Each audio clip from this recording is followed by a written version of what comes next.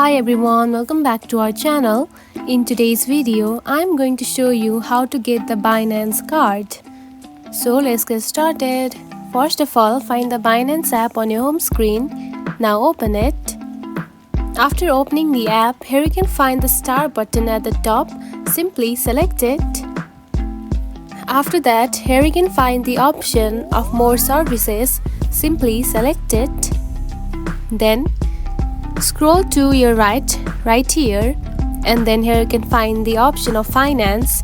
Then simply select it. After selecting it, here you can find all of the finance tools right here.